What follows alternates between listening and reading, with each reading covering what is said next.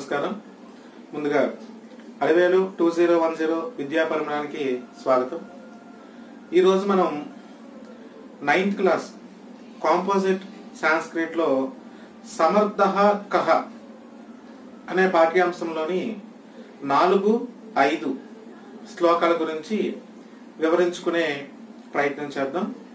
అయితే ఈ 4-5 శ్లోకాలు వివరించుకునే ముందుగా మీరంతా గమనించవలసినటువంటి ముఖ్యమైన విషయం ఏమిటంటే, ఈ సమర్థః కః అనే పాఠ్యాంశానికి సంబంధించినటువంటి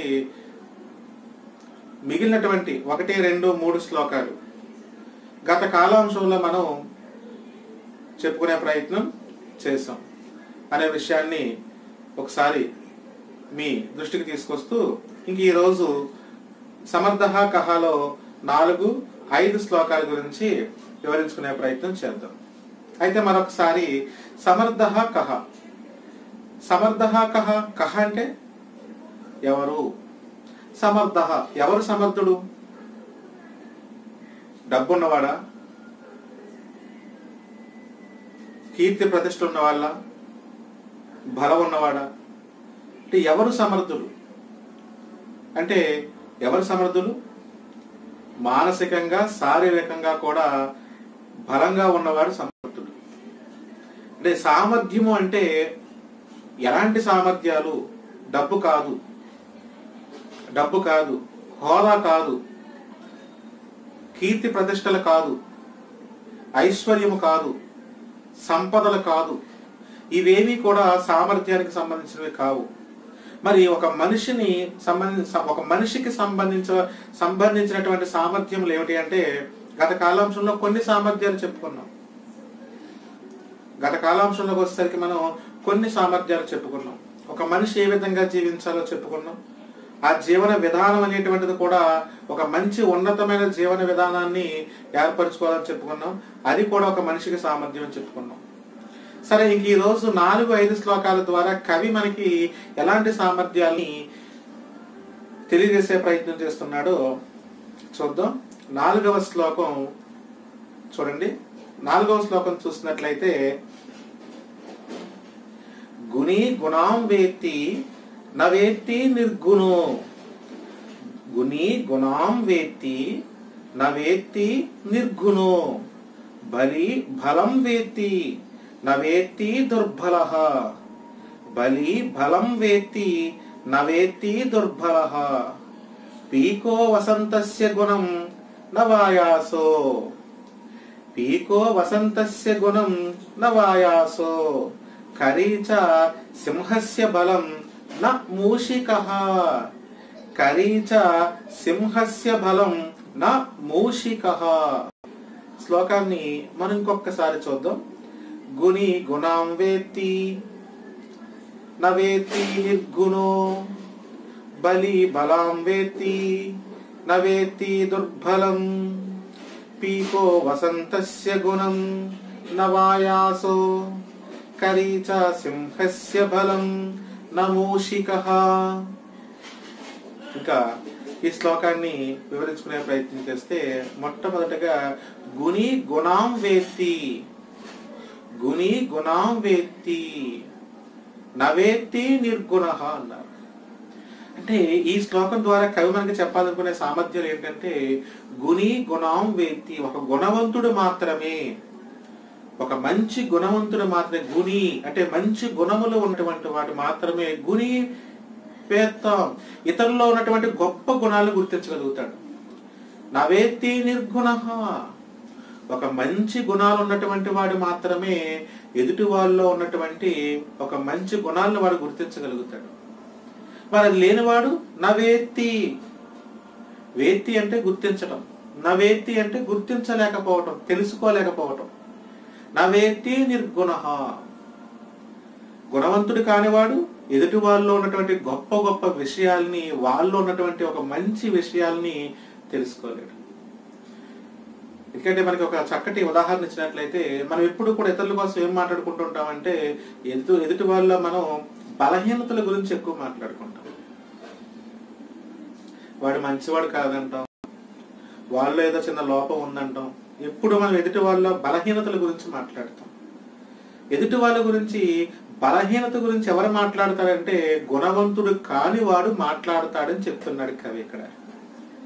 మరి ఒక గుణవంతుడు అనేవాడు ఎలా ఉంటాడట? గుణి గుణాం వేత్తి. గుణవంతుడు ఎప్పుడూ కూడా ఇతరుల్లో గొప్ప గొప్ప మంచి బలంతో కూడినటువంటి మంచి గొప్ప గొప్ప విషయాన్ని తెలుసుకుంటాడు. ప్రతి ఒక్కరిలో ఉన్నటువంటి మంచి విషయాన్ని తెలుసుకుంటాడు. వాళ్ళు ఒక మంచి గుణాన్ని గుర్తించగలుగుతాడు. గుణవంతుడు కానివాడు నా వేత్తి నిర్గుణ. గుణవంతుడు కానివాడు దాన్ని గుర్తించలేడు. వాడికి ఎప్పుడు ఇతరులు ఏం కనిపిస్తుంటాయంటే లోపాలే కనిపిస్తూ ఉంటాయి. అదే మొదట గుణి గుణాం వేత్తి. గుణవంతుడు మాత్రమే ఇతరులో మంచి గుణాన్ని గుర్తించగలుగుతాడు. నా వేత్తి నిర్గుణం. గుణవంతుడు కానివాడు ఇతరులో మంచి గుణాలని తెలుసుకోలేడు. ఇంకా రెండో లైన్ లో చూసుకున్నట్లయితే బలి బలాం వేత్తి నా వేత్తి దుర్బల. బలి బలాం వేత్తి. ఒక బలవంతుడు మాత్రమే ఎదుటి వాళ్ళలో ఉన్నటువంటి బలాన్ని గురించి తెలుసుకోగలుగుతాడు. ఒక ఆటగాడే ఎదుటి వాళ్ళు ఒక ఆటగాళ్ళు ఉన్నటువంటి లక్షణాన్ని గుర్తించగలుగుతాడు. ఒక బలవంతుడే ఎదుటి వాళ్ళు ఉన్నటువంటి బలాన్ని గురించి గుర్తించగలుగుతాడు. బలహీనతుడు నా వేత్తి దుర్బల. బలహీనుడు ఎదుటి వాళ్ళలో బలాలను గుర్తించలేడు. ఒక బలవంతుడు ఏం చేస్తుంటాడు? ఎదుటి వాళ్ళలో బలాన్ని గుర్తిస్తాడు.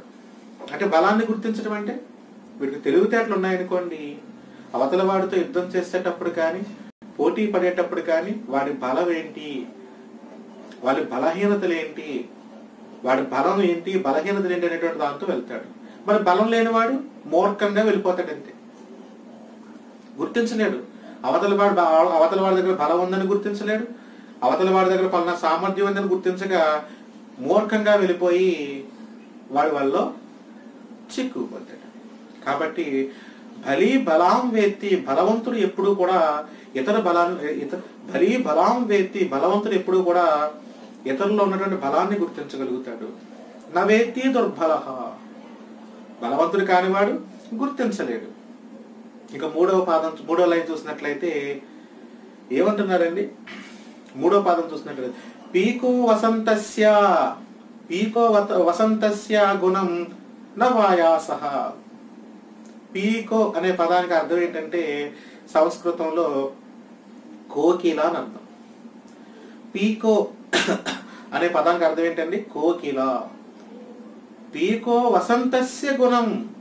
కోకిల మాత్రమే వసంతస్య గుణం, వసంతకాలం యొక్క గుణాన్ని గుర్తించగలుగుతుంది.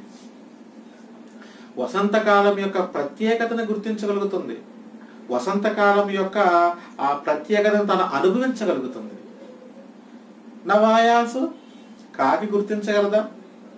కాకి దాన్ని అనుభవించగలదా?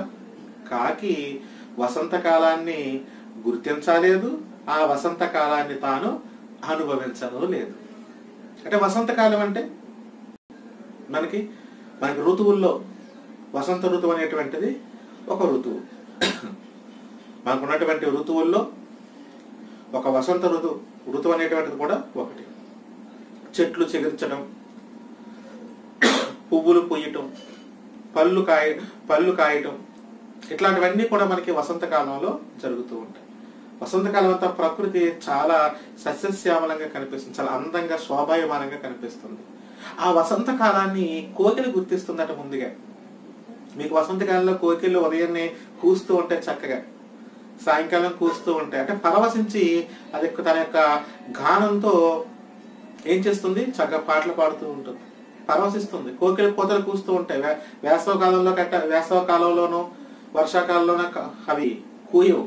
వసంత కాలంలోనే ఏం చేస్తుందంటే చక్కగా తన యొక్క స్వరాన్ని మనకి వినిపిస్తుంది. రెండు, ఆ చిగుర్చినటువంటి చెట్లలో ఉన్నటువంటి ఆ చిగుర్లు తింటుంది. ఆ వసంతకాలం యొక్క ప్రత్యేకతలు ఏవైతే ఉంటాయో అవన్నీ కూడా కోకిల అనుభవిస్తుంది. ఎందువల్ల? వసంతకాలం అన్నది గుర్తించగలుగుతుంది. పీకో వసంతస్య గుణం. పీకో వసంతస్య గుణం నవాయాస. మరి కాకి వసంతకాలం తెలుస్తుందండి? తెలియదు. అది ఎప్పుడు కూడా ఏం చేస్తుంది? కావు కావమంటూ అరుస్తూ ఉంటుంది. ఎప్పుడు ఏం చేస్తూ ఉంటుంది? అది ఎక్కడో కలేభారాల మీద పడి వాటి యొక్క మాంసాన్ని వాటికి ఆశపడి తింటూ ఉంటుంది. మరి కోకిల వసంతకాలాన్ని గుర్తిస్తుంది. అంటే కవి మనకి ఏం చెప్తున్నాడంటే ఈ శ్లోకంలో మనల్ని ఒక మంచి గుణవంతుడిగా ఉండమని చెప్తున్నాడు. అప్పుడు ఇతరుల్లో నువ్వు మంచి గుణాలను గుర్తించగలుగుతావు. అప్పుడు ఎదుటి వాళ్ళలో ఎదుటి వాళ్ళ గురించి పాజిటివ్గా ఆలోచించగలుగుతావు. 2, నువ్వు బలవంతుడు అయితే ఇతరుల్లో బలాన్ని గుర్తించగలుగుతావు. నువ్వు బలవంతుడు కాకపోతే ఎప్పుడు ఇతరుల్లో బలహీనతలు గుర్తిస్తావు. వాడు గొప్పడు కాదే, వాళ్ళలో వీక్నెస్ అంటుంటాం. మనలో కూడా ఆ లక్షణం కనిపిస్తుంది. మంచి మార్కులు మనకంటే ఎక్కువ ఎదుటివాడికి వచ్చాయి అనుకోండి, వాడు మనం అప్రిషియేట్ చేయలేం. వాడు చూసి రాశాడు అంటాం. లేదా మనం ఒక ఆటలో అవతల వాడు గెలిచి మనం ఓడిపోయాం అనుకోండి, వాడు ఇలాగ ఆడాడు కాబట్టి వాడు గెలిచాడు అంటాం. వాడు గెలుపుని మనం ఒప్పుకోలేం, ఎందుకంటే మనం బలవంతులం కాదు కాబట్టి. నిజంగా మనం బలవంతులం అయితే ఎదుటివాడి బలాన్ని కూడా మనం అప్రిషియేట్ చేయగలుగుతాం. అలాగే ఒక కోకిల్లా ఉండగలిగితే ప్రకృతిని ఆస్వాదించగలుగుతాం, కాకిలా ఉండద్దని చెప్తున్నాడు. ఇక 4వ పాదం చూసినట్లయితే కరీచా సింహస్య బలం నా మూషికః. కరి అనే శబ్దానికి అర్థం ఏంటంటే ఏనుగు అని అర్థం. సింహం అంటే సింహమే. కరీచ సింహస్య బలం, కరికి మాత్రమే తెలుస్తుందట, ఏనుగుకి మాత్రమే తెలుస్తుంది. దేని బలం? సింహస్య బలం. సింహం యొక్క బలం ఏనుగుకి మాత్రమే తెలుస్తుంది. దేనికి తెలియదు? నా మూషికః. మూషికః అంటే అర్థం ఏంటంటే ఎలుక అని అర్థం. సింహం యొక్క బలం ఏంటనేటువంటి ఎలుక ఎలా తెలుస్తుంది? దాని పంజా ఎలా ఉంటుంది, దాని ఉనికి ఎలా ఉంటుంది అనేటువంటిది ఏనుగుకే తెలుస్తుంది, ఎలుకకి తెలియదు. ఈ శ్లోకంలో చక్కగా అంటే ఎదుటివాడి యొక్క బలం తెలుసుకోవాలంటే మనం బలవంతులుగా ఉంటేనే. ఏనుగు ఏమన్నా తక్కువదండి? మీకు సినిమా ప్రస్తావన తీసుకురాకూడదు కానీ జంగిల్ బుక్ అనేటువంటి సినిమాలో చూడండి, అడవిలో సింహం రాజుగా ఉన్నప్పటికీ కూడా ఏనుగు మొత్తం అన్నింటికి కూడా రారాజుగా ఉంటుంది. ఏనుగు వస్తుంటే దాంట్లో ఉన్నటువంటి జీవులన్నీ కూడా ఏం చేస్తుంటాయి? మొత్తం అన్ని మృగాలు కూడా మోకరిల్లుతుంటాయి. అంతలో అలాంటి బలవంతుడు దానికి అది ఏనుగుకి ఏం తెలుస్తుంది? సింహం యొక్క బలం తెలుస్తుంది. అంటే ఒక బలవంతుడికి ఎదుటివాడు బలం తెలుస్తుంది, బలహీనుడికి తెలియదు అని చెప్పడం. ఈ శ్లోకంలో ఎదుటివాడి యొక్క బలం తెలుసుకోవాలి అంటే మనం ఏనుగులా ఉండాలి, ఎదుటివాడి యొక్క గుణం కోసం కోకిల్లా ఉండాలి. అది ఎదుటివాడి బలం తెలుసుకోవడంలో ఏనుగుగాను, ప్రకృతిలో ఉన్నటువంటి గుణాన్ని తెలుసుకోవడం కోసం కోకిల ఏ విధంగా అయితే గుర్తుపడుతుందో ఎదుటి వాళ్ళలో మంచి గుణాలను గుర్తించాలన్నా కూడా కోకిల్లా ఉండాలి. ఎగ్జాంపుల్, ఎదుటి వాళ్ళలో మంచి గుణాన్ని గుర్తించడం కోసం ఒక కోకిలిగా ఉండాలి, ఎదుటి వాళ్ళలో బలాన్ని గుర్తించడానికి మనం ఒక ఏనుగులా ఉండాలని చక్కటి అర్థాన్ని ఇచ్చేటట్టుగా చెప్పడం. అక్కడ కాకిలా ఉండకూడదు, ఇక్కడ ఎలుకలా ఉండకూడదు అని మంచి అర్థం వచ్చేటువంటి శ్లోకం. పెంపొందించుకోవాలి.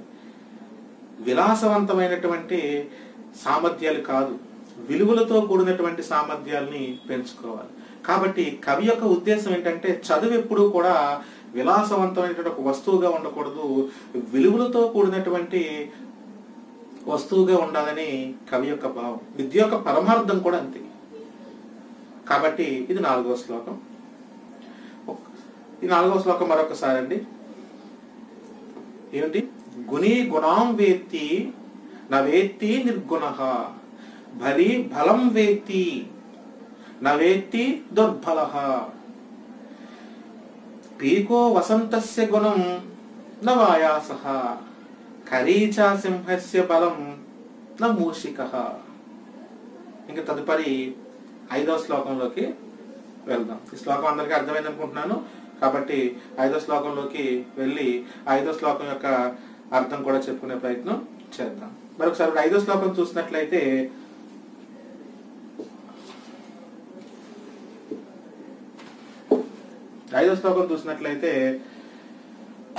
సర్వత్ర గుణావనేవ చకాస్తి ప్రదితో నరః, మనిః మూర్ధ్నిః గలే బాహౌ పాదపీఠేపి శోభతే. చాలా మంచి శ్లోకం.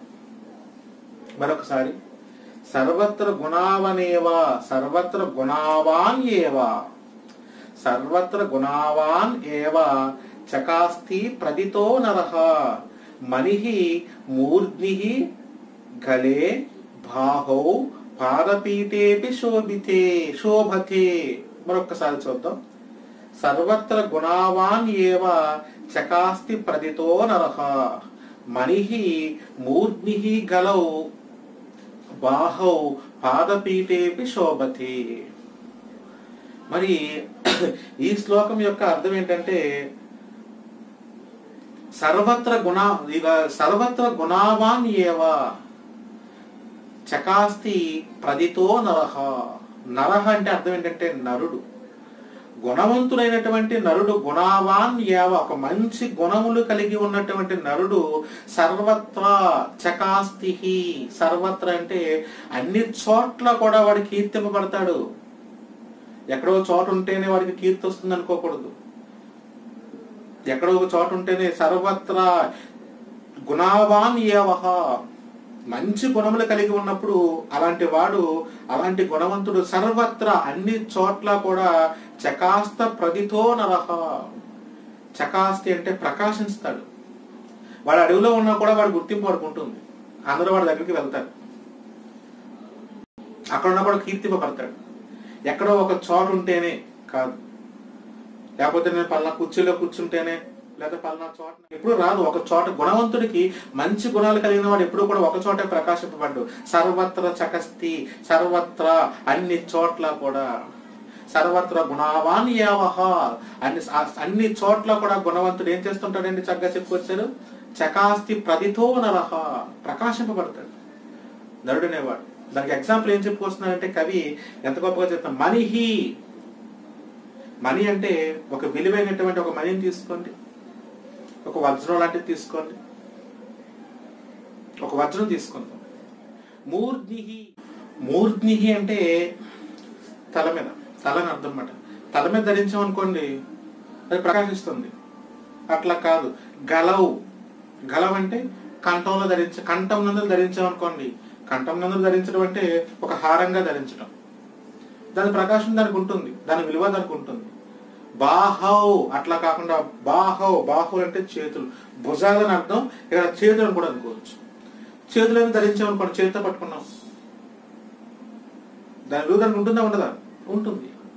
పాదోపి, ఒకవేళ పాదపీఠేపి, మనం యొక్క కూర్చునేటువంటి పాదాల దగ్గర, మన అరికాల దగ్గర, మనం ఒక పాదాల దగ్గర ధరించామనుకోండి, దాని విలువ దానికి ఉంటుంది. మణిహి, విలువైనటువంటి మణి ఏదైతే ఉందో, వజ్రం ఏదైతే ఉందో, మూర్ధ్ని తల మీద ధరించిన, గలవు కంఠమందులు ధరించిన, బాహో చేతులందులు ధరించిన, పాదపీఠేపి పాదం మీద ధరించిన, శోభతే శోభిస్తుంది. ఎక్కడ ఉన్నప్పటికీ కూడా దాని విలువ దానికి తగ్గదు. దాని విలువ కొంచెం కూడా తగ్గదు, దాని ప్రకాశం కొంచెం కూడా తగ్గదు, దాని కీర్తి కొంచెం కూడా తగ్గదు. అలాగే సర్వత్ర గుణావాన్ ఏవహ, ఒక మంచి గుణములు కలిగి ఉన్నటువంటి వాడు కూడా ఎక్కడున్న వాడి విలువ కొంచెం కూడా తగ్గదు.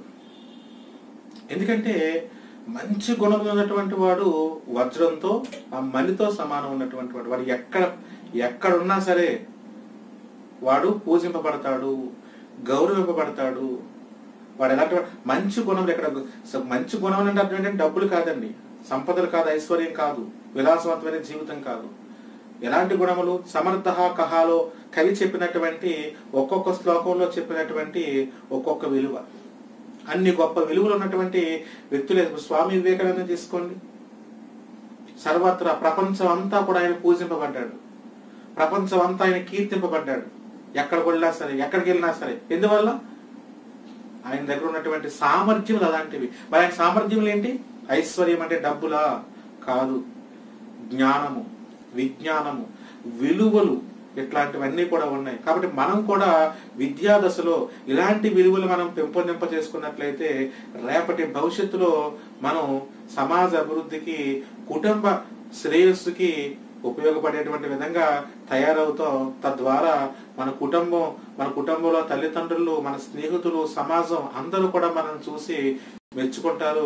వారన్నింటి కూడా మనం ఉపయోగపడేటువంటి విధంగా ఉంటాం. కాబట్టి అలాంటి గుణం ఉన్నవాడు సర్వత్ర గుణావాన్, అన్ని చోట్ల పూజింపబడతాడు, చకాస్తి ప్రకాశింపబడతాడు అని తెలుసుకోవాలి. కాబట్టి ఈ రెండు శ్లోకాలు కూడా చక్కగా అర్థమయ్యాయని అనుకుంటూ తర్వాత కాలాంశంలో మరి రెండు శ్లోకాలతో తెలుసుకునే ప్రయత్నం చేద్దాం.